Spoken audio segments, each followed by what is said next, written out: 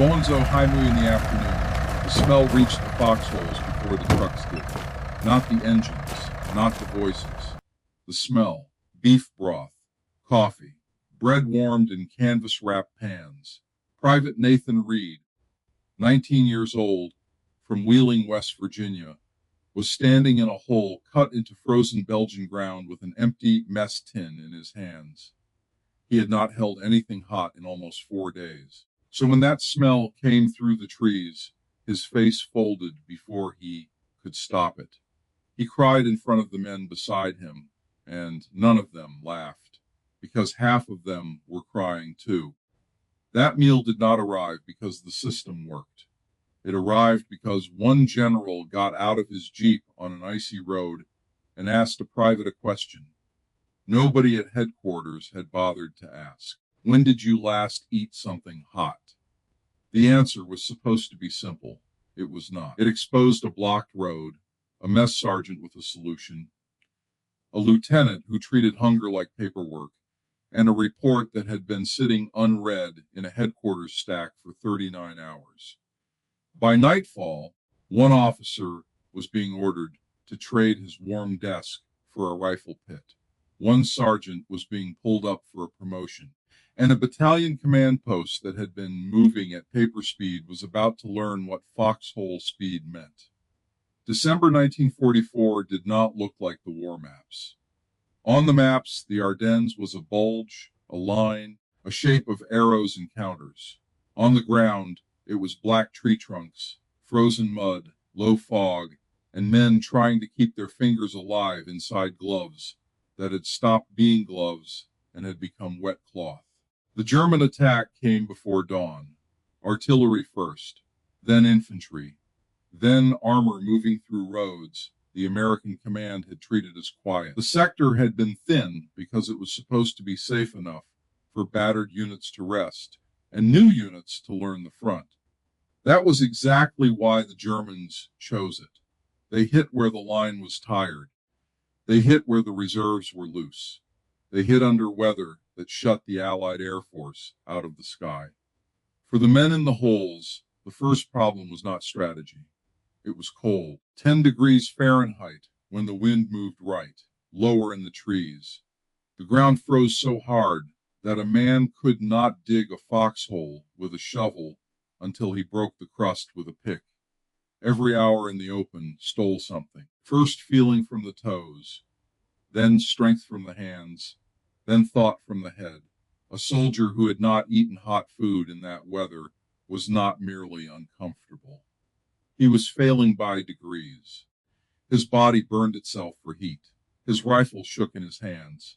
His decisions got slower. His anger got dull. His fear got quiet. That was why the Army had rules for hot meals near the front. Not comfort, survival. A field kitchen was not a luxury in December. It was a medical instrument with wheels. Coffee could keep a man awake. Stew could keep him standing. Heat inside the body could be the difference between a sentry who heard movement in the trees and a sentry who stared through it. In Nathan Reed's company, the hot food stopped on the second morning. No announcement, no explanation. The kitchen truck simply did not come forward. The men waited because men at the front were always waiting for something that had been promised behind them. Ammunition, dry socks, mail, orders, food. On the first day, they said the route was probably shelled. On the second, they said the road crews would clear it. On the third, nobody said much of anything. They ate cold ration crackers that tasted like dust. They cut tinned meat with bayonets. They drank water so cold it hurt the teeth. Reed tried not to think about his mother's kitchen in West Virginia because memory made hunger worse. The man responsible for feeding them was Staff Sergeant Walter Pike, 32 years old, Toledo, Ohio. A mess sergeant who measured war in stove pressure, grease cans, axle wear, flour sacks, and how many gallons of coffee he could keep from freezing before dawn. Pike was not dramatic. He was not famous. He did not wear polished pistols or stand in front of maps. He knew how long pork fat, stayed usable in the cold. He knew which drivers could reverse a 2.5-ton truck on ice without putting it into a ditch. And he knew exactly why Reed's company was not eating. There was one road that made sense, a narrow farm road crossing a low junction between two tree lines. The Germans had found it. The first shell landed close enough to turn the lead truck sideways. The second barrage hit a fuel trailer and left the road burning in the snow. After that, drivers stopped. Nobody had to call it cowardice, because it was not cowardice. A soft-skinned kitchen truck rolling through a registered artillery point was not bravery. It was waste. Pike took a jeep and went looking. 4 miles north, he found a logging track that bent behind a ruined dairy barn, cut through the edge of an engineer company sector, and came back down behind the forward tree line. Bad road, longer road, but passable. He drove it once in daylight, then again at dusk. He came back with mud on the fenders, frost on his eyebrows, and the answer in his pocket. He needed authorization because the track crossed another battalion's area, so Pike wrote the request cleanly. Route blocked by enemy fire. Alternate route verified. Trucks fueled and loaded. Permission required to cross boundary and resume hot food delivery to forward company. He handed it to the battalion's supply officer, Lieutenant Raymond Ellis. Ellis was 26, college-trained, neat, and exhausted in the way headquarters officers became exhausted. Not from sleeping in snow, from information. Every runner brought a message. Every phone call made 3 more phone calls necessary. Every report said urgent because every officer who wrote a report believed his problem was urgent. Ellis logged Pike's request. He initialed it. He placed it in the operations stack on the long table under a lantern that hummed and smoked.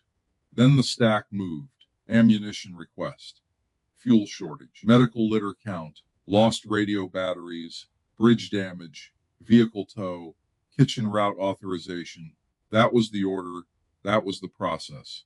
And the process did not know that a report about hot food in 10-degree weather was not the same as a request for spare typewriter ribbons. The report sank for 39 hours. While Reed and his company ate cold food in holes less than 2 miles away, the answer sat in a warm room between papers.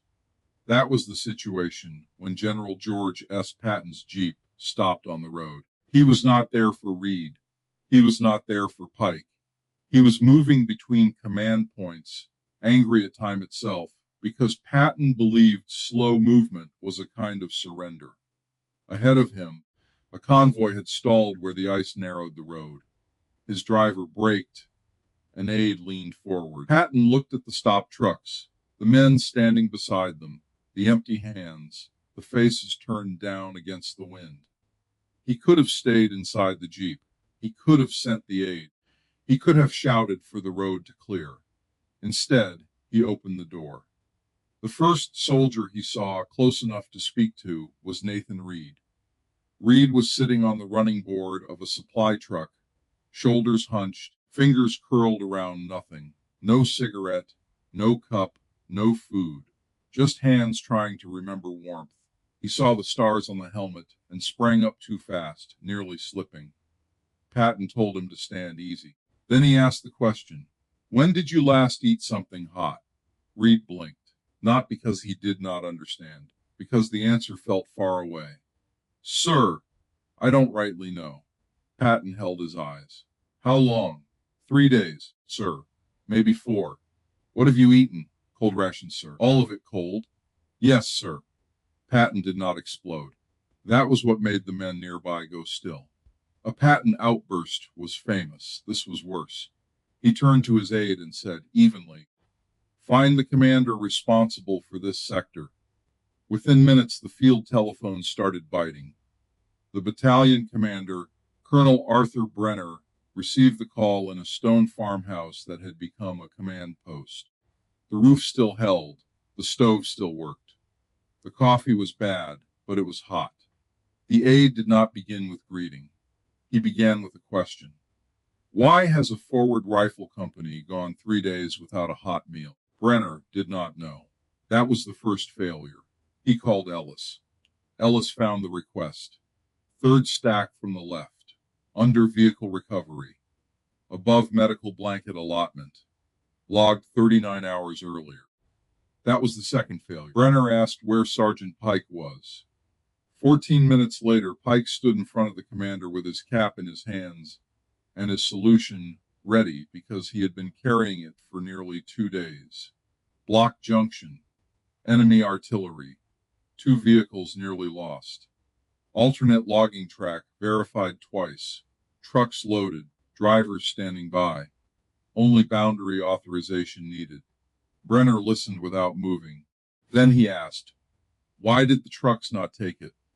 Pike answered, because the route crosses another battalion line, sir. Did you request permission? Yes, sir. When? 39 hours ago. In a command post, silence has weight. Men can hear who is about to be blamed before anyone says a name. Brenner looked at Ellis. Ellis looked at the floor. Then Brenner said to Pike, go, use the road. If anyone objects, they can object to me after the men eat. Pike did not salute beautifully. He saluted fast and ran. By the time Patton reached the farmhouse, the first kitchen trucks were already being turned toward the logging track. That saved the room from the worst possible answer, not from the truth. Patton entered with snow on his boots and that polished helmet under his arm, the one everyone recognized before they recognized the face. Brenner saluted. Patton did not ask for a report. He asked for the failure. Brenner gave it to him. No decorations, no fog, no claim that the battlefield had made it impossible. He said the road had been shelled. He said Pike had found an alternate route. He said the request had sat unread for 39 hours. And then he said the words most commanders try to avoid. I should have known, sir. Patton looked around the room. Lanterns, maps, a stove, shelter, men with pencils behind their ears, reports stacked into small paper hills. How many men work in this headquarters? 13 staff, sir. 14, including me. And how many of them slept under a roof last night? No one answered because the answer did not need speaking. Patton picked up a handful of reports and read only the subject lines. He was not really reading the paper. He was reading the culture. The headquarters had started treating all paper as equal because paper was how the war reached them. But men were not equal to paper. Hunger was not equal to paper. A freezing man waiting on food was not an administrative item. Patton set the reports down carefully. That carefulness scared the room more than shouting would have. Lieutenant Ellis. Ellis stepped forward. Patton looked at him for a long time. You processed a report about men without hot food in combat weather as if it were ordinary paperwork. Ellis swallowed. Yes, sir. Then you will learn the difference. Patton ordered Ellis forward with an infantry platoon for 2 weeks. Not as a supply officer, as a rifleman. He would sleep where they slept, eat what they ate, stand watch when they stood watch.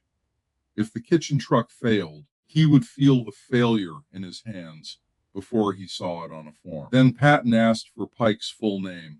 Brenner gave it. Walter J. Pike, Staff Sergeant, Mess Section. Patton nodded once. That man found the answer and waited 39 hours for permission to use it. His jaw tightened. Do not make men like that wait for clerks to discover urgency.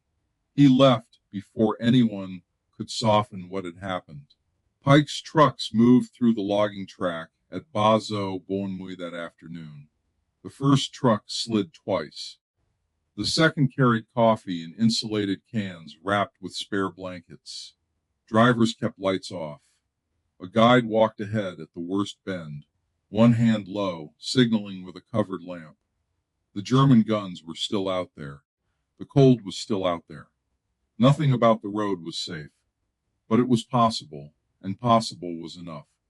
At WWII, the smell entered Reed's position. The men looked up before they heard the engine. One man said, "No," not like disbelief, like he was warning himself not to hope. Then the truck noses appeared between the trees. Canvas sides white with frost. Steam leaking where the lids did not seal perfectly. Pike jumped down before the wheels stopped. "Mess tins out," he shouted. "Move fast and quit staring." Nobody moved fast. At first they moved like men afraid the image would vanish. Then the tins came out. Coffee poured, black and hot. Stew hit metal with a sound Reed would remember longer than the artillery. He held the tin in both hands. He did not eat immediately. He let the heat climb through his palms. That was when he cried. No speech could have explained the failure better. No report could have measured it. One 19-year-old soldier standing in frozen woods, crying because food arrived hot. That was what 39 hours had meant, not delay. Damage. Brenner understood it that night. So did Ellis, though his lesson came harder. At dawn, Ellis went forward with a rifle platoon. The first night he slept badly. The second, he did not call it sleep. The third, he stopped thinking of cold as weather and began thinking of it as an enemy with patience. He learned what it meant to keep boots on, because taking them off might reveal feet gone white. He learned how coffee could become a reason not to quit. He learned that a man can become quiet from hunger in a way that looks like discipline from a desk. On the sixth morning, a kitchen truck arrived late, only 40 minutes late. Ellis felt the platoon change before anyone complained. The jokes stopped. Faces turned toward the road. A man checked his watch, then checked it again, as if the watch could pull the truck through the trees. When the food came, nobody cheered. They simply returned to themselves. Ellis stood in line with the privates and understood finally that a hot meal was not morale in the soft sense. It was combat power you could smell. While Ellis was learning in the snow, Brenner was rebuilding the headquarters. He did not wait for permission to become a better commander. The next morning, he took the report trays off the long table and made 3 piles. Not by arrival time, by consequence. Red tray, food, water, medical supply, and ammunition for men already forward. Yellow tray, equipment and vehicle issues that affected movement or fighting within 24 hours.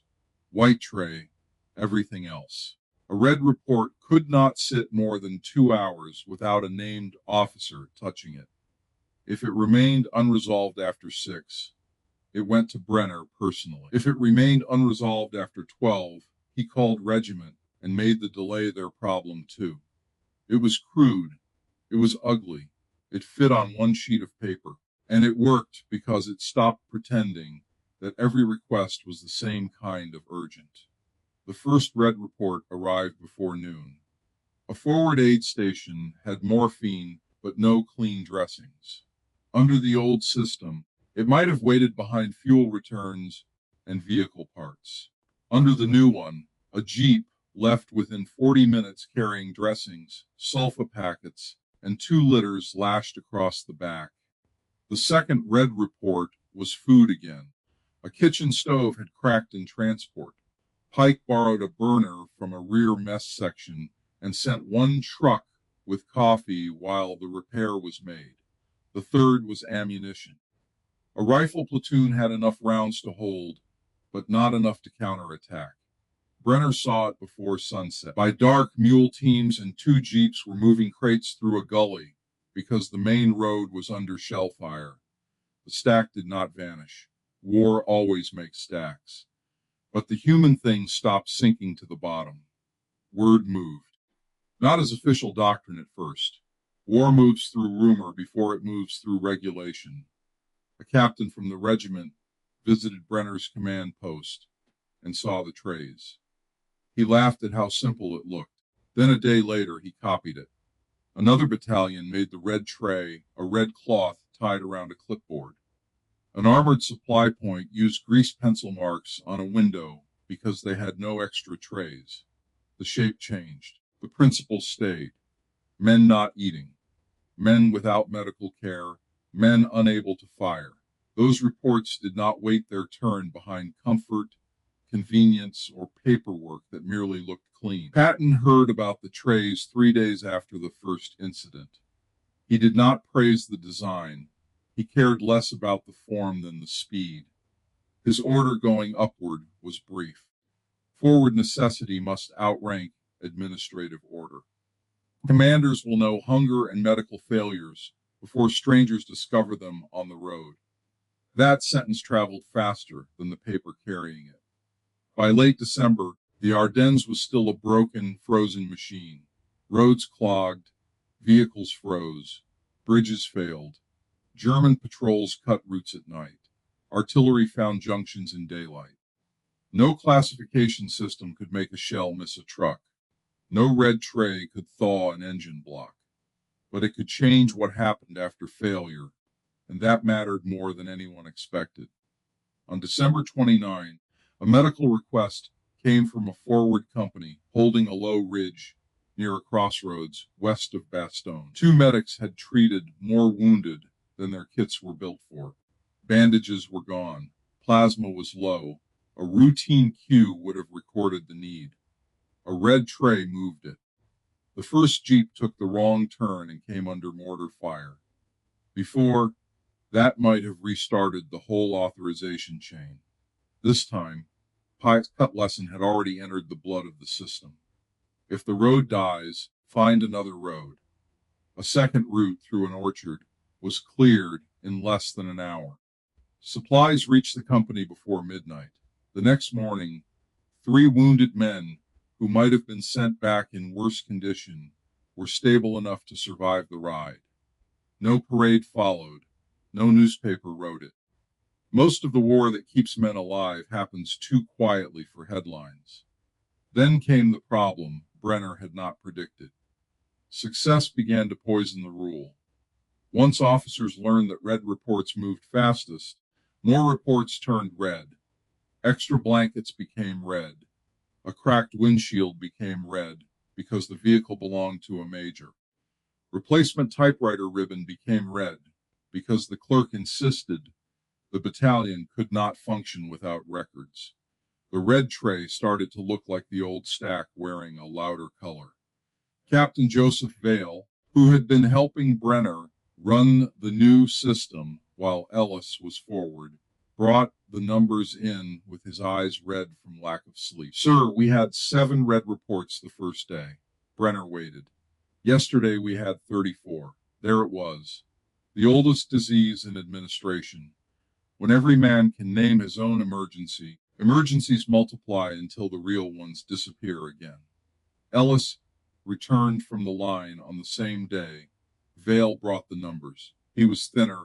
His hands were cracked. His face had the fixed, drained look of a man who had spent too many nights listening for movement outside a hole. Brenner offered him his desk back. Ellis did not sit down. He looked at the red tray and understood the danger instantly because he had created the earlier version of it by accident. Too much paper had hidden hunger once. Too much red paper would hide it again. You need a black mark above red, Ellis said. Brenner frowned. What qualifies? Ellis answered without hesitation. Men not eating hot food in combat cold. Men without medical supplies under active casualty risk. Nothing else. Vale said, ammunition, red, Ellis said. Fast, serious, but not black unless the position is about to be overrun. Brenner studied him. 2 weeks earlier, Ellis would have defended the process. Now he was defending the men from the process. That was the difference. They adopted the black mark that afternoon. A slash of charcoal across the top corner. 6-hour command attention. No clerk could downgrade it. No staff officer could bury it under polite language. Any officer who falsely marked a report black had to explain it personally to Brenner. The abuse stopped in 2 days. Not because men became less selfish, because the category became small enough to remain sacred.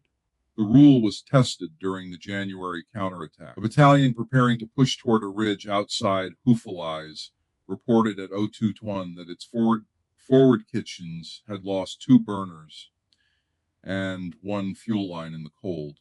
3 companies were scheduled to move before dawn. 300 men, already sleepless, already carrying ammunition, entrenching tools, extra socks, grenades, and the private fear every man carries when he knows he will be told to leave cover. The request came in with a black mark, not because breakfast was pleasant, because assaulting frozen ground on an empty stomach was a decision made by men who would not have to climb that ground. Vale woke Brenner. Brenner called across 2 boundaries, woke a quartermaster captain, and used language that removed negotiation from the matter. Pike found a reserve stove and sent 2 coffee cans forward in a jeep before the rest of the meal was ready. At 0445, men who expected cold rations received hot coffee. At 0515, they received stew thick enough to eat standing. At 0600, they moved. The ridge did not fall because of stew. No honest soldier would say that.